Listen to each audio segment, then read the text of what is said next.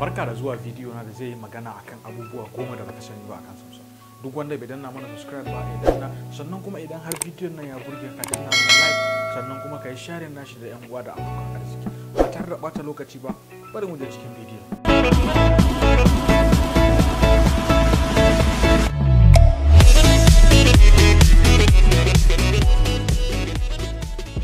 Samsung ba kamar sauran kamfanonin waya da ka sani bane, waɗanda iya suka siya iya buga waya ko waya da kwamfuta da wani abu da ya shafi duniyar waya da kuma kwamfuta. Samsung sun zarce haka.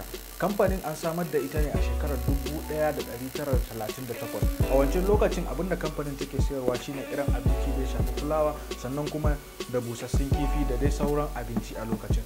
So bayan shekaru da dama, akalla shekara 20, kamfanin Samsung ita ma ta shiga harkar buga electronics. Asalin irin abin da ta fara kera a wancan lokacin shine abin da ake kira television. Akwai television da Samsung suka kera a wancan lokacin. Baya ga haka, kamfanin Samsung ta saka kudinta da iliminta da rubuta abun da take da shi domin bincike akan harkan waya da kuma harkan kwamfuta, wanda kuma a yanzu Samsung ita ce ɗaya daga cikin manyan kamfanoni, ko ma in ce har yanzu babu wani kamfanin waya da fi girmanta a duniya. Sunan kamfanin Samsung yana da ma'ana guda biyu.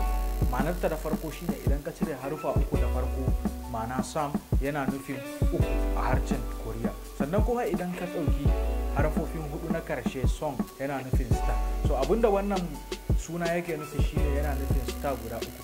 Star guda uku in ana alakanta shi ne da waɗansu addinai da suke can gefe. Cikin wayoyin Samsung zaka sha mamaki, zaka samu a wayar da Samsung ta fi cinikinta a duniya daga buɗe kamfanin Samsung har zuwa yanzu ba wa screen touch bane, ba ma waya ce ta zamani ba, waya ce da ake kiranta da E110 shine model na waya. Zaka waya ce karami. Samsung ta sayar da wannan waya sama da guda miliyan 150. Yanzu dai a wayoyin da Samsung suke buga babu wata waya da ta kai wannan waya kasuwa ko ta kusanta ma har yanzu. Sannan wani abu da kamfanin Samsung shine a inda take zaune a can South Korea, Samsung kudin da take generating, ko in ce revenue da Samsung take generating ma country ya kai kashi 17 na cikin total revenue da country take samarwa a shekara, kowace shekara.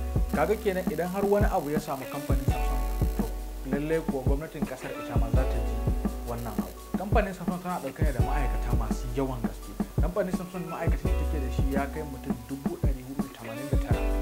Asalin headquarters Samsung da take South Korea, wanda aka fi saninta da Samsung Digital City, za a ɗaukan ma'aikata mutum 320 kowace ranar Allah. Wannan su ne ma'aikatan da suke zuwa aiki, wayanda suka kama daga kan security, manya-manyan ma'aikatan da sauran ma'aikatan da suke gefen harkar waya, duk wata department da take wannan kamfanin gaba daya. Kimanin mutum 320 suke zuwa aiki a kowace rana a kamfanin Samsung a headquarters da take South Korea, wanda aka fi sani da Digital City.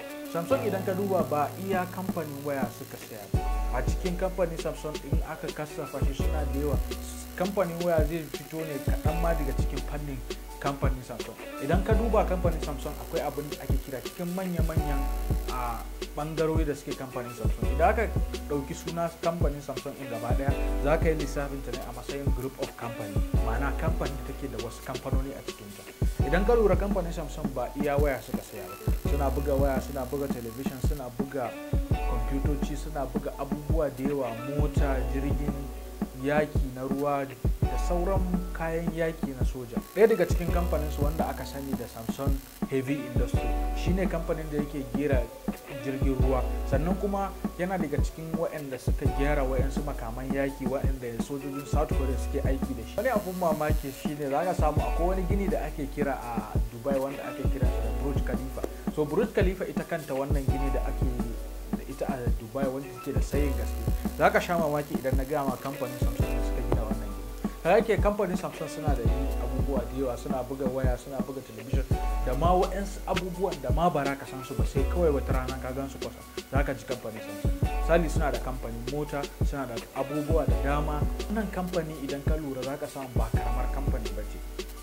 Idan ka zo za ka ce za ka haɗa su da wayansu kamfanoni, za ka samu wasu kamfanin da suke buga waya sun saya ne a iya maybe buga waya, buga kwamfuta da kuma wayansu kananan abubuwa irin su bluetooth na kunne da wayansu kananan agogo da sauransu. So idan ka lura, kamfanin Samsung tazarar da ta basu ba karamar tazara ba ce. Idan ka lura, za ka samu kamfanin ba iya abu ɗaya da siya ba. Duk wacce abu ta technology, duk wani abun da ya zo za a kera da ɗan adam zai iya kan technology, kamfanin Samsung sun da sa kudinta a cikin wannan abu, ita ma ake dama da ita. Daga kan waya, computer, television, motan yaki, jirgin ruwa, kai duk wani aspect na technology, duk wani abu da ya shafi technology, Samsung ta yi kokarin taba wannan. A wannan na kawo karshen wannan bidiyo. Akwai bidiyoyi da dama da nake shiryawa akan kamfanoni da yawa, kamfanin Apple, kamfanin Tecno da duk waɗansu kamfanoni da suke kera wayoyi da abubuwa da dama na technology. Da haka kasance da wannan channel, idan har baka danna mana subscribe baka danna yanzu, sannan kuma da Allah a yi sharing na bidiyo saboda yan uwa da abokan arziki su samu. Da haka na kawo karshen wannan bidiyo.